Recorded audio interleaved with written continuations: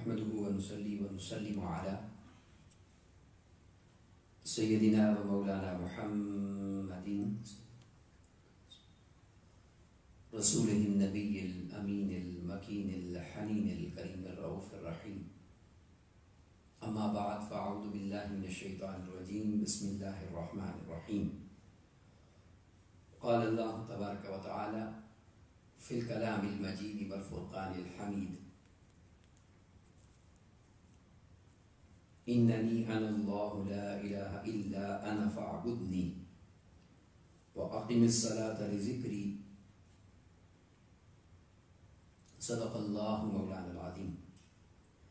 وقال الله تبارك وتعالى في شان حبيبه مخبرا وآمرا: إن الله وملائكته يصلون على النبي يا أيها الذين آمنوا صلوا عليه وسلموا تسليما. مولاي صل وسلم دائما أبدا على حبيبك خير الخلق كلهم محمد سيد الكونين والثقلين والفريقين من عرب ومن عجم. هو الحبيب الذي ترجى شفاعته لكل هول من الأهوال مقتحم. يا رب بالمصطفى بلغ مقاصدنا واغفر لنا ما مضى يا واسع الكرم. اللہ رب العزت خالق کائنات کی حمد و ثنا پیارے آقا کریم علیہ السلام کی بارگاہ میں عاجزانہ اور حقیرانہ ہدیہ درود و سلام کے بعد تمام احباب کو السلام علیکم ورحمۃ اللہ وبرکاتہ۔ الحمدللہ تعالی، اللہ رب العزت کا فضل ہے اور اس کا احسان ہے جو جمعۃ مبارک کی یہ بابرکت سعادتیں ہم سب کو نصیب ہوئی۔ دعا ہے کہ اللہ رب العزت اس دن کی برکت کے ساتھ ہم سب کو اپنے دین کی کامل محبت عطا فرمائے اور دین اسلام پر عمل کرنا ہم سب کے لیے آسان فرمائے، ایمان کے ساتھ ہم کو زندہ رکھے اور کامل ایمان کے ساتھ موت نصیب فرمائے۔ آج کی اس نشست میں نے آپ کے سامنے گفتگو کے لیے سورہ طٰہٰ کی آیت مبارکہ نمبر 14 تلاوت کرنے کی سعادت حاصل کی ہے، اور اس میں جو حکم ہے اور جو ارشاد ہے اور جو کلام ہے، یہ وادی طویٰ میں جب موسیٰ علیہ السلام اللہ رب العزت کا نور چمکتا دیکھ کر پہنچے تھے ملاقات کے لیے، تو اللہ رب العزت نے جو خطاب فرمایا تھا اس میں سے ہے، اور اللہ رب العزت نے یہ ارشاد فرمایا کہ اننی انا اللہ، کہ بے شک میں ہی اللہ ہوں، لا الہ الا، اور میرے سوا کوئی معبود نہیں ہے، انا فاعبدنی، اور تم صرف اور صرف میری ہی عبادت کیا کرو، وَأَقِمِ الصَّلَاةَ لِذِكْرِي، اور تم نماز کو قائم کرو میری یاد کی خاطر۔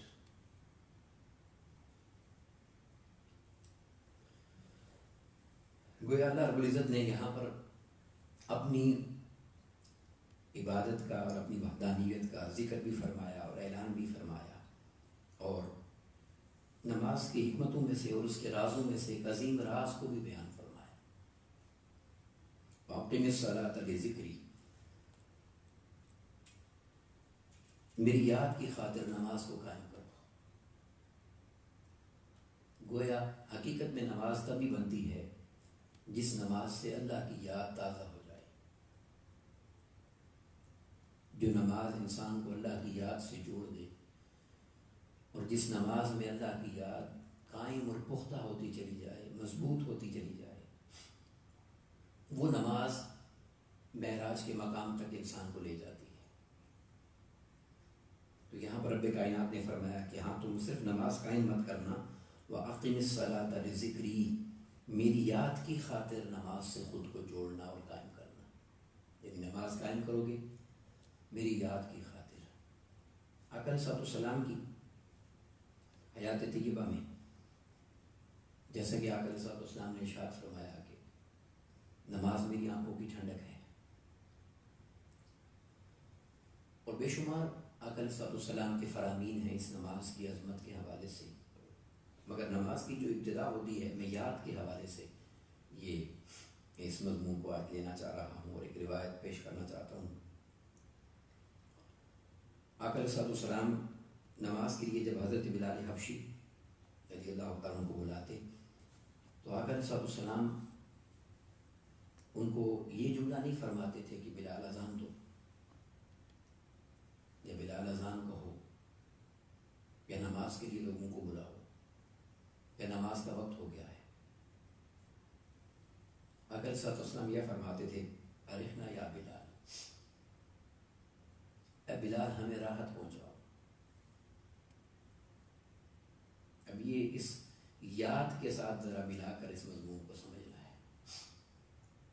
ایک سوال اکثر جو کیا جاتا ہے اور پوچھتے ہیں لوگ اور ذہن میں آتا رہتا ہے بار بار کہ اس نماز سے ہمیں سکون کیوں نہیں ملتا، اس نماز سے ہمیں اطمینان کیوں نہیں ملتا، یہ نماز ہمیں راہ راست پر کیوں نہیں لاتی، یہ نماز ہمارے لیے نیکی میں رغبت کیوں پیدا نہیں کرتی، یہ نماز ہمیں گناہ سے کیوں نہیں بچاتی.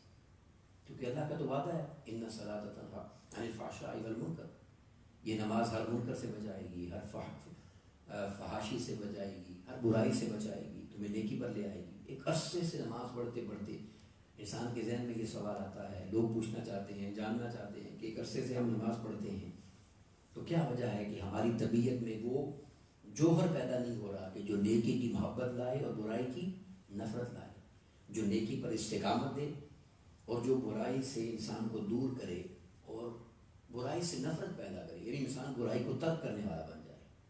اس کا جواب اس مضمون کے اندر ہے کہ جب تک نماز کو یعنی نماز سمجھ کے پڑھیں گے کہ بس ٹھیک ہے حکم ہے اللہ کا 5 وقت کی ادا کرنی ہے، ڈیوٹی پوری ہو جائے، ایبسنٹ نہ لگے، غیر حاضری نہ ہو، اس سوال سے بچ جائیں گے کہ پڑھی ہے یا نہیں پڑھی، وہ پھر ایسے ہی رہے گی. جب اس پڑھنے کے اندر یہ خیال پیدا ہو جائے گا اور یہ جوہر چمکنے لگ جائے گا کہ اس پڑھنے کا راز کیا ہے، یہ جو مصلی پر کھڑا کیا جاتا ہے، بلایا جاتا ہے، اس کے اندر حکمت کیا ہے. اور وہ حدیث پاک آقا علیہ السلام کی کہ اگر نمازی کو خبر ہو جائے کہ وہ کس کے سامنے کھڑا ہے، وہ کس سے بات کر رہا ہے، وہ کس سے مناجات کر رہا ہے، وہ کس سے کلام کر رہا ہے، یعنی رب سے، اگر نمازی کو یہ خبر ہو جائے تو فرمایا کہ وہ قیامت تک سلام ہی نہ پھیرے. تو یہ ادراک یعنی زندہ کر لینا اور سوچ کو پختہ کر لینا کہ میں کس کے سامنے کھڑا ہوں، وہ تب ہوتا ہے کہ جب اس نماز کا تعلق اللہ کی یاد سے جڑا ہوا ہو. اسے صرف یہ سمجھ کے نہیں کہ بس پڑھنی ہے، حکم ہے، نہیں، اسے اس کی محبت میں پڑھا جائے، اس کی یاد کو اور پختہ کرنے کے لیے پڑھا جائے، تب نماز یہ جوہر انسان کے اندر پیدا کرتی ہے. اب دیکھیں آقا علیہ السلام کا یہ جملہ، ہم بھی تو کہتے ہیں نا، اذان کہتے ہیں، اذان کا وقت ہو گیا، نماز کا وقت ہو گیا، چلو اذان دیتے ہیں، یہ سب جملے ٹھیک ہیں، غلط نہیں ہیں، مگر جو انسان کی زبان سے نکلتا ہے وہ اس کے اندر سوچ کا، تھاٹس کا عکاس ہوتا ہے نا. تو آقا علیہ السلام کیا فرما رہے ہیں، بلال ذرا ہمیں راحت پہنچاؤ، اے بلال ہمیں سکون پہنچاؤ. مطلب کیا ہے کہ جس تم اذان دو گے اور مصلی پر آ جائیں گے اور نماز میں کھڑے ہوں گے تو اس کے حضور جب پیش ہو جائیں گے تو اس سے بڑھ کر سکون کیا ہوگا. اور سمجھنے والی بات یہ ہے کہ صرف اذان کو سننے سے آقا علیہ السلام فرما رہے ہیں کہ راحت ہے، تو ہم تو اس کا تصور نہیں کر سکتے، مگر صرف سوچ سکتے ہیں یا دھیان کر سکتے ہیں کہ اگر اس اذان کو سن کر حضور فرما رہے ہیں کہ مجھے راحت مل رہی ہے تو حضور کی اپنی نماز کا عالم کیا ہوگا، آقا علیہ السلام کی نماز کی ادائیگی کا عالم کیا ہوگا. یقیناً وہاں کوئی نہیں پہنچ سکتا، مگر ہم اسی سے تو سیکھنا ہے ہم نے اور اسی طرف تو بڑھنا ہے. یہ وجہ ہے کہ صحابہ کرام بیان کرتے ہیں کہ جب اذان کا وقت ہو جاتا تو اس وقت آقا علیہ السلام کے چہرے مبارک کا رنگ بدل جاتا تھا. نماز نہیں، ابھی اذان کا وقت ہوتا اور آقا علیہ السلام کی کیفیت یہ ہو جاتی تھی کہ وہ کسی کو پہچانتے نہیں تھے. وہ ہستی جسے اللہ نے اس کائنات کے کسی راز سے چھپا کر نہیں رکھا اور ہر راز اپنے محبوب کو بتایا، وہ فرما رہے ہیں کہ صحابہ کرام کو نہیں پہچانتے تھے. اور وہ معروف واقعہ ہے کہ اذان کا وقت ہو گیا تھا، نماز کا وقت تھا، سیدہ ام المؤمنین سیدہ عائشہ صدیقہ رضی اللہ عنہا تشریف لائیں. آواز سن کر آقا علیہ السلام نے فرمایا کون ہے؟ عرض کرتی ہیں میں عائشہ ہوں. عائشہ. آقا علیہ السلام نے فرمایا کون عائشہ؟ عرض کرتی ہیں یا رسول اللہ صلی اللہ علیہ وسلم آپ کے دوست اور محبوب اور پیارے ابو بکر کی بیٹی. آقا علیہ السلام نے فرمایا کون ابو بکر؟ عرض کرتی ہیں یا رسول اللہ صلی اللہ علیہ وسلم ابو قحافہ کا بیٹا ابو بکر. آقا علیہ السلام نے فرمایا کون ابو قحافہ؟ سیدہ پاک فرماتی ہیں کہ اب یہ تعلق اللہ کے ساتھ ایسا جڑ گیا ہے اور قائم ہوا ہوا ہے. اس وقت حضور اس مقام پر ہیں کہ جس کی تشریح شاعر نے بڑے خوبصورت انداز میں کی ہے کہ ہم وہاں ہیں جہاں سے ہم کو بھی کچھ ہماری خبر نہیں آتی. یعنی اتنا محو ہو چکے ہیں اور ایسا استغراق ہے اور ایسا تعلق رب سے جڑا ہوا ہے کہ کسی غیر کی اب مجال نہیں کے بیچ میں آئے. اب اس کو سمجھنے کے لیے میں نے یہ ایک روایت جو میں آج بیان کرنا چاہ رہا ہوں آپ کو کہ ہم اس طرف کیسے جا سکتے ہیں. تو ہم تب جا سکتے ہیں کہ ہم جب ان چیزوں کو سمجھیں گے. یہی وجہ ہے کہ قرآن مجید میں اور دین کو جب ہم دیکھتے ہیں تو ہمیں اس دین کو، قرآنی احکامات کو اور جو بھی عربی کلمات ہیں جو ہماری روٹین لائف میں رہتے ہیں ان کو سمجھ کر پڑھنے کا حکم دیا گیا، بالخصوص قرآن مجید کو. اذان کے کلمات کے حوالے سے یہ روایت ہے. حضرت سعید بن جبیر رضی اللہ عنہ فرماتے ہیں کہ ہم طائف کی مسجد میں تھے اور حضرت اکرمہ بھی تھے، حضرت میمون بن مہران بھی تھے اور حضرت ابو عالیہ اور بہت سارے اور دیگر اصحاب تھے. تو حضرت ابن عباس رضی اللہ عنہ کے پاس ہم بیٹھے ہوئے تھے، ان کی مجلس میں اور صحبت میں تھے، اور مؤذن نے اذان کہنا شروع کر دی. نماز کا وقت ہوا تو مؤذن نے اذان کہی. تو وہ کہتے ہیں کہ جیسے ہی مؤذن کی آواز بلند ہوئی اس نے اذان کہنا شروع کی تو حضرت ابن عباس رضی اللہ تعالیٰ عنہ نے رونا شروع کر دیا اور ایسا روئے کہ آپ کی داڑھی مبارک بھیگ گئی اور وہ سارے آنسوؤں کے قطرے آپ کی داڑھی مبارک سے ہوتے ہوئے نیچے گرے. اتنا گرے کہ جو چادر آپ نے اوڑھی ہوئی تھی وہ چادر بھی ساری بھیگ گئی اذان کی آواز سن کر. اور صرف ایسا نہیں ہوا، آپ کے چہرے کا رنگ بدل گیا اور رونے کی شدت کی وجہ سے آپ کی آنکھیں سرخ ہو گئیں اور آپ کی رگیں پھول گئیں. تو بیان کرتے ہیں کہ حضرت ابو عالیہ نے عرض کیا کہ اے آقا علیہ السلام کے کزن اور چچا زاد، اے حضور کے کزن اور چچا زاد، اے ابن عباس یہ بتائیے کہ یہ کیا ہو گیا آپ کو اچانک؟ ہم بھی اذان سنتے ہیں اور ہم بھی آپ کے ساتھ سن رہے تھے، ہمارا ساتھ تو ایسا کچھ بھی نہیں ہوا. یہ معاملہ جو آپ کے ساتھ ہم دیکھ رہے ہیں ایسا نہیں ہوا ہمارے ساتھ. تو حضرت ابن عباس رضی اللہ عنہ فرمانے لگے کہ تمہارے ساتھ بھی یہ ہو جائے گا اگر تمہیں پتہ چل جائے کہ مؤذن کہہ کیا رہا ہے. یہ ہے وہ اصل بات. اگر تم غور کر کے یہ سمجھنے لگ جاؤ نا کہ مؤذن کیا کہہ رہا ہے. یہ تو ہمیں پتہ ہے نا، بچپن سے سنتے آ رہے ہیں اللہ اکبر سے شروع ہو کر لا الہ الا اللہ پہ ختم ہو جاتی ہے اللہ، یہی ہے. مگر مطلب یہ اس کا پیغام کیا ہے، اس کا مطلب کیا ہے، اس کے معنی کیا ہے، اس اذان کے اندر کیا ہے، اس کی حقیقت اور تفسیر اور تشریح کیا ہے. تو حضرت ابن عباس رضی اللہ عنہ فرماتے ہیں ایسی بات نہیں ہے پریشان ہونے کی. اگر تمہیں سمجھ آ جائے اور تم جان لو کہ یہ اذان میں مؤذن کیا کہتا ہے تو پھر تمہارا یہی حال ہوگا، یہی حال تمہارا ہوگا. تو ہم نے عرض کیا کہ آپ پھر مہربانی کیجئے اور ہمیں بتا دیجئے کہ مؤذن جب اذان دیتا ہے تو کیا کہتا ہے، تاکہ ہم بھی تو اس راز کو پا لیں نا کہ حقیقت کیا ہے اس کی. اس نماز کی طرف جو بلایا جا رہا ہے، آپ دیکھیں دنیا کے اندر، قرآن مجید کے اندر، دین اسلام کے اندر نماز واحد حکم ہے جس کو کثرت کے ساتھ دیا گیا ہے. کوئی اور حکم اتنی کثرت کے ساتھ نہیں آیا جتنی کثرت سے نماز آیا ہے. تو اس کے بلانے کے لیے جو طریقہ چنا گیا ہے وہ طریقہ کوئی عام تھوڑا ہی ہوگا. یعنی وہ حکم جو بار بار دیا جا رہا ہے نماز قائم کرو، نماز قائم کرو، نماز قائم کرو، اس کو پڑھنے کے لیے، قائم کرنے کے لیے بلاوا تو آسان ہے نا. تو جو طریقہ شریعت نے چنا ہے اس کام کے لیے جس کا بار بار کہا تو اس کے اندر کتنی حکمتیں ہوں گی. تو وہ بیان کر رہے ہیں آپ کہ اے ابن عباس، آپ جو اذان سنتے ہیں تو آپ کا جو حال ہو جاتا ہے تو آپ ہمیں بھی تو بتائیں کہ اس اذان کے اندر پیغام کیا ہے، اس کا مطلب کیا ہے. تو آپ نے فرمایا اچھا ٹھیک ہے سنو. آپ نے فرمایا کہ جب مؤذن یہ کہتا ہے نا اللہ اکبر اللہ اکبر ہے، تو اس کا یعنی اس کا ترجمہ نہیں ہے، یہ ترجمہ تو وہی ہے کہ اللہ سب سے بڑا ہے، اللہ سب سے بڑا ہے. مگر وہ کہتے ہیں اس سے مراد کیا ہے، اس کے اندر پیغام کیا ہوتا ہے. تو وہ فرماتے ہیں کہ اس کا مطلب یہ ہوتا ہے کہ مؤذن جب یہ کہتا ہے اللہ اکبر تو وہ یہ کہتا ہے کہ اے مصروف بندے اب خود کو فارغ کر، اب یہ تیرے کاموں کا وقت نہیں ہے، اب یہ اللہ کے کام کا وقت ہے. اس سے وہ سوچنے کے لیے وہ جملہ جو ہم عام سنتے رہتے ہیں نا کہ ہمیں کام اور نماز میں سے اختیار کرنا ہوتا ہے نا انسان، کام کروں یا نماز کی طرف چلا جاؤں.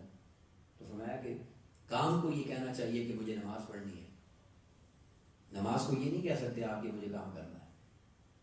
تو یہ پیغام ہے کہ اے مصروف بندے، اب تیری مصروفیت کا وقت نہیں ہے، اب اٹھ، اس مصروفیت کو چھوڑ اور سن مؤذن کیا کہہ رہا ہے، اللہ اکبر اللہ اکبر. تو فرماتے ہیں کہ اے مصروف آدمی، اب خود کو فارغ کر اور ہر کام کو چھوڑ اور آ جا اس طرف جس طرف تجھے بلایا جا رہا ہے. اور صرف یہ نہیں کہ اس طرف آ جاؤ، اپنے جسم کی راحت کی طرف آ جاؤ. یہ وہ جملہ جو آقا علیہ السلام بلال حبشی سے فرماتے، اذان دینے کے لیے فرماتے مجھے راحت پہنچاؤ. تو فرمایا جسم کی راحت کی طرف آؤ اور اس عمل کی طرف آؤ کہ کائنات میں اس سے بہترین عمل کوئی نہیں. یہ مطلب ہے اللہ اکبر کا. وہ فرماتے ہیں، پھر فرماتے ہیں کہ جب مؤذن کہتا ہے اشہد ان لا الہ الا اللہ، تو یقیناً اس کا مطلب یہی ہے کہ میں گواہی دیتا ہوں کہ اللہ کے سوا کوئی عبادت کے لائق نہیں ہے. اس کا ترجمہ یہی ہے. مگر وہ فرماتے ہیں کہ جب وہ یہ کہتا ہے تو اس پر وہ اصل میں کہہ یہ رہا ہوتا ہے کہ تمام زمین اور آسمان اور اس کی تمام مخلوقات میری گواہ ہو جائیں. آپ علیہ السلام نے ارشاد فرمایا نا کہ جب مؤذن اذان کہتا ہے جہاں تک اس کی آواز جاتی ہے حتیٰ کہ در و دیوار بھی قیامت کے دن گواہی دیں گے. مخلوقات نے تو دینی ہے. یہ وہ اشارہ ہے. تو فرمایا کہ وہ جب اشہد ان لا الہ الا اللہ کے کلمات کہتا ہے تو وہ تمام مخلوقات کو گواہ بناتا ہے اور وہ مخلوقات ساری کی ساری قیامت کے دن اللہ کے حضور پیش ہو کر اس کے حق میں گواہی دیں گی کہ ہاں اس نے اذان کہی تھی اور اس نے یہ کلمات کہے تھے اور یہ تیرے دین کی طرف اور تیری نماز کی طرف لوگوں کو بلا رہا تھا. اور پھر آپ فرماتے ہیں کہ جب مؤذن کہتا ہے اشہد ان محمد رسول اللہ، جب یہ کلمات زبان سے کہتا ہے تو اس کا مطلب یہ ہوتا ہے کہ وہ کہتا ہے اے تمام انبیاء کرام، بالخصوص میرے محبوب محمد مصطفیٰ صلی اللہ علیہ وسلم، میں آپ کا نام لے کر عبادت کے لیے بلا رہا ہوں، میں آپ کی رسالت کی گواہی دے رہا ہوں، میں آپ کی عظمت کی خبر دے رہا ہوں. تو خدا کے لیے اس اعلان کو، اس گواہی کو قبول کر لیں اور اس کے صدقے میں قیامت کے دن میری شفاعت کر دیجیے. تو وہ یہاں تمام انبیاء کو بھی اور آقا علیہ السلام کو بھی گواہ بنا رہا ہے. اور صبح سے لے کر شام تک روزانہ 5 مرتبہ وہ یہ کہتا ہے اور اس طرح اپنے آپ کو آقا علیہ السلام کی بارگاہ میں پیش کر کر اپنی شفاعت طلب کرتا ہے. یہ اذان کا مطلب ہے. پھر فرمایا اس کے بعد وہ کہتا ہے کہ حیا علی الصلاۃ.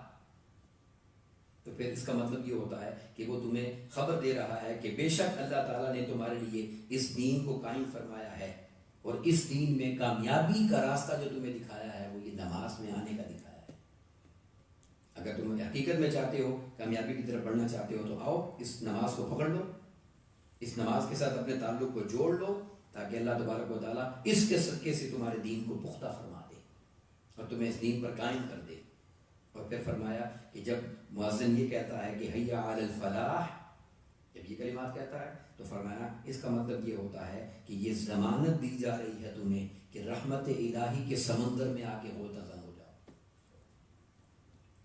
یعنی دنیا کے سخی بھی اگر بلاتے ہیں نا تو خالی نہیں جانے دیتے. دنیا میں کوئی سخی اگر بلائے تو خالی نہیں جانے دیتے. تو فرماتے ہیں کہ کل کائنات کا مالک اور خالق اگر تمہیں بلا رہا ہے اور کہہ رہا ہے کہ یہ فلاح ہے، یہ کامیابی ہے، تو اس کا مطلب یہ ہے کہ رحمت کا سمندر ہے، اس میں اب غوطہ تم نے لگانا ہے.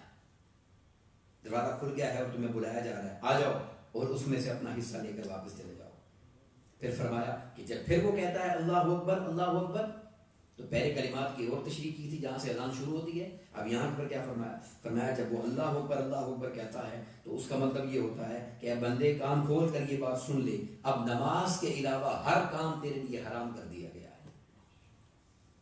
اب اور کوئی کام تو نہیں کر سکتا، صرف تجھے نماز پڑھنی ہے کیونکہ نماز کا وقت ہو گیا ہے، کیونکہ سب سے زیادہ اللہ کا حق ہے کہ اس کو ادا کیا جائے. تو فرمایا کہ اللہ اکبر جب آخری بار مؤذن کہتا ہے تو اس کا مطلب یہ ہوتا ہے کہ صرف نماز پڑھو اور باقی ہر کام کو تمہارے لیے حرام کر دیا گیا. اور پھر فرمایا کہ جب وہ یہ کہتا ہے کہ لا الہ الا اللہ، یعنی اذان کو مکمل کرتا ہے، تو فرمایا اس کا مطلب یہ ہوتا ہے کہ وہ کہتا ہے کہ 7 آسمان اور 7 زمین کی امانت اب تمہاری گردن پر رکھ دی گئی ہے. 7 آسمان اور زمینوں کی امانت اب تمہاری گردن پر ہے، بس آگے بڑھو، قدم بڑھاؤ اور آگے ہی بڑھتے چلے جاؤ. اب نماز سے پیچھے مت پلٹنا، یعنی کوئی اور کام تمہیں نماز سے روک نہ سکے. تو فرمایا حضرت ابن عباس رضی اللہ تعالیٰ کہ میں جب اذان سنتا ہوں تو اس کا یہ مطلب سمجھتا ہوں، اس لیے مجھے اتنا رونا آ جاتا ہے۔ یہ بات کرنے کے بعد انہوں نے فرمایا کہ میں اس بات کو سوچنے پر اس لیے مجبور ہوا کہ مجھے آقا علیہ السلام کی ایک حدیث یاد ہے، بس اس پر میں بات مکمل کروں گا۔ بڑے سادہ سے لفظ ہیں اور بڑا گہرا پیغام ہے۔ فرمایا آقا علیہ السلام نے کہ جب ایک جگہ پر کھڑے ہو کر لوگ نماز پڑھتے ہیں تو رکوع بھی ایک جیسا ہوتا ہے، سجدہ بھی ایک جیسا ہوتا ہے، ان کا قیام اور ان کا قاعدہ بیٹھنا بھی ایک جیسا ہوتا ہے، مگر فرمایا کہ ان پڑھنے والوں میں دو طرح کی نماز ہوتی ہے، دو بندوں کی نماز ڈفرینٹ ہو جاتی ہے۔ اور آقا علیہ السلام نے فرمایا وہ اتنی مختلف اور ڈفرینٹ ہو جاتی ہے کہ زمین اور آسمان جتنا فرق پڑ جاتا ہے ان کے اندر۔ ایک ہی وقت میں پڑھی گئی نماز، ایک ہی مسجد میں پڑھی گئی نماز، ایک ہی صف میں کھڑے ہو کے پڑھی گئی نماز، سب نے اکٹھا رکوع کیا، سب نے اکٹھا سجدہ کیا، مگر فرمایا کہ فرق اتنا پڑ جاتا ہے کہ ان دونوں کی اس نماز میں زمین اور آسمان کے برابر فرق ہوتا ہے، زمین و آسمان کے برابر فرق ہوتا ہے۔ وہ فرماتے ہیں کہ جب میں نے آقا علیہ السلام کی یہ حدیث سنی تو میں نے غور کیا کہ ایسی کیا بات ہے کہ ایک ہی وقت میں ایک ہی امام کے ساتھ کھڑے ہو کر یا ایک ہی جگہ پر کھڑے ہو کر ایک ہی نماز پڑھنے والوں کی زمین اور آسمان کا فرق کیسے پڑ جاتا ہے؟ وہ فرمایا ایسے پڑ جاتا ہے کہ جو صرف روٹین میں پڑھنے آ جاتے ہیں وہ ایسے پڑھتے ہیں کہ زمین پر کھڑے ہو کر پڑھ رہے ہیں، اور جو اذان کو سن کر اس کے مطلب کو سمجھ کر اور اللہ کے حضور خود بھی حاضر ہو جاتے ہیں، اپنے دل کو بھی حاضر کرتے ہیں، اور جہاں ان کا ماتھا زمین پر لگا ہوتا ہے، اللہ کو سجدہ کر رہا ہوتا ہے، وہاں ان کی روح اور دل بھی اللہ کے سامنے سجدہ ریز ہو جاتا ہے۔ تو جب وہ اپنے دل کو سجدہ کروانے کے لائق بن جاتے ہیں تو کھڑے تو زمین پر ہوتے ہیں مگر ان کی آسمان پر نماز ادا کرنے کے برابر ان کو اجر دیا جاتا ہے۔ تو یہ پیغام ہے اس نماز کے اندر۔ اب پریشانی اور جو سمجھنے والی بات ہے وہ یہ ہے کہ ہم تو ابھی زمین پر بھی کھڑے ہو کر نماز پڑھنا نہیں سیکھ سکے، صحیح طرح سے کھڑے ہو کر زمین پر پڑھنا بھی ہم نے ابھی نہیں سیکھا۔ اس بلندی اور درجات کا عالم یہ ہے کہ اس یعنی آسمان سے مراد یہ ہے کہ اتنی بلندی پر لے جائے وہ نماز انسان کو، اور اتنی روحانیت اور اتنا اجر عطا کرے کہ وہ اللہ کے قریب سے قریب ہوتا چلا جائے گا۔ تو یہ کیسے ہوگا؟ فرمایا ایسے ہوگا کہ تم اس نماز کو اپنی محبت اور خلوص سے ادا کرنے والے بنو، توجہ اور دھیان سے ادا کرنے والے بنو، اور جتنی محبت میں اس نماز کو ادا کرو گے وہ محبت تمہیں اتنی بلندی تک لے جائے گی، اتنے اونچے مقام تک لے جائے گی۔ تو ہم اس نماز کو اگر اللہ کے حضور آنے سے پہلے اس کی یاد کا ذریعہ بنا کر اور محبت کا ذریعہ بنا کر اور اس کی یاد کے ساتھ خود کو جوڑنے کی نیت سے جب آئیں گے تو یہ نماز ہمیں یقیناً اتنی بلندی اور اتنی عظمت کی طرف لے کر جائے گی۔ مگر اس کے بے شمار طریقوں میں سے سب سے اچھا طریقہ یہ ہے اور پہلا طریقہ یہ ہے کہ ہم جب نماز پڑھ رہے ہوں تو کم از کم جو صورت ہم پڑھ رہے ہیں، جو کلمات ہم پڑھ رہے ہیں، ہمیں اتنا پتہ ہو کہ اس کا مطلب کیا ہے۔ تفسیر کی اور تشریح کی اور بہت وضاحتوں کی ضرورت نہیں ہے، وہ تو پھر بہت لمبا سبجیکٹ ہو جاتا ہے۔ جیسے ہم پڑھتے ہیں قل هو اللہ احد، اب اس میں اگر اب وحدانیت پر جائیں گے، توحید پر جائیں گے، پھر توحید کی شان پر جائیں گے اور شرک کی نفی پر جائیں گے تو یہ تو بہت ٹپیکل سبجیکٹ ہو جاتا ہے توحید اور شرک کا۔ یہ نہیں، فرمایا اتنا پتہ ہو جب کہا قل هو اللہ احد تو پتہ ہو کہ اللہ فرما رہا ہے محبوب آپ فرما دیں کہ وہ اللہ ایک ہے، اتنا تو انسان کو خبر ہو۔ اللہ الصمد، اللہ بے نیاز ہے۔ اسی طرح جب ہم رکوع میں جاتے ہیں، سجدے میں جاتے ہیں، تشہد میں ہوتے ہیں، درود پاک پڑھتے ہیں، رب اجعلنی مقیم الصلاۃ دعا پڑھتے ہیں تو کم از کم اتنا پتہ ہو کہ اس کا مطلب کیا ہے۔ تو جب انسان کو پتہ ہوتا ہے کہ مطلب کیا ہے تو اس کی توجہ پھر ڈائیورٹ نہیں ہوتی، وہ اپنے الفاظ کی طرف فوکس رہتا ہے۔ تو کوشش کر کے نماز کو ترجمے سے، اردو آسان صورتیں ہیں جن کی خبر ہے، جانتے ہیں اس کا مطلب کیا ہے، اس کو پڑھا جائے تاکہ انسان کی توجہ ادھر ادھر نہ جائے، اور وہ اللہ کے سامنے اگر خود کھڑا ہے اس کا ذہن بھی کھڑا ہو اور وہ پوری توجہ کے ساتھ رب کے سامنے حاضر ہو جائے۔ جب اس انداز سے حاضر ہوگا تو پھر فرمایا کہ وہ شخص اللہ کی رحمت کے سمندر کے اندر غوطہ ہو جاتا ہے۔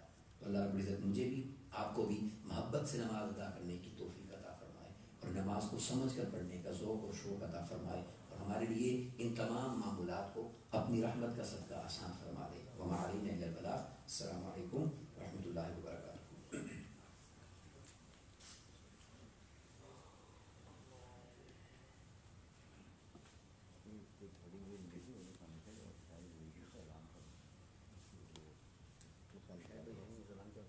اعلان کر دیں، چائے سے لینا ٹھیک ہے، جس کی نشانی وغیرہ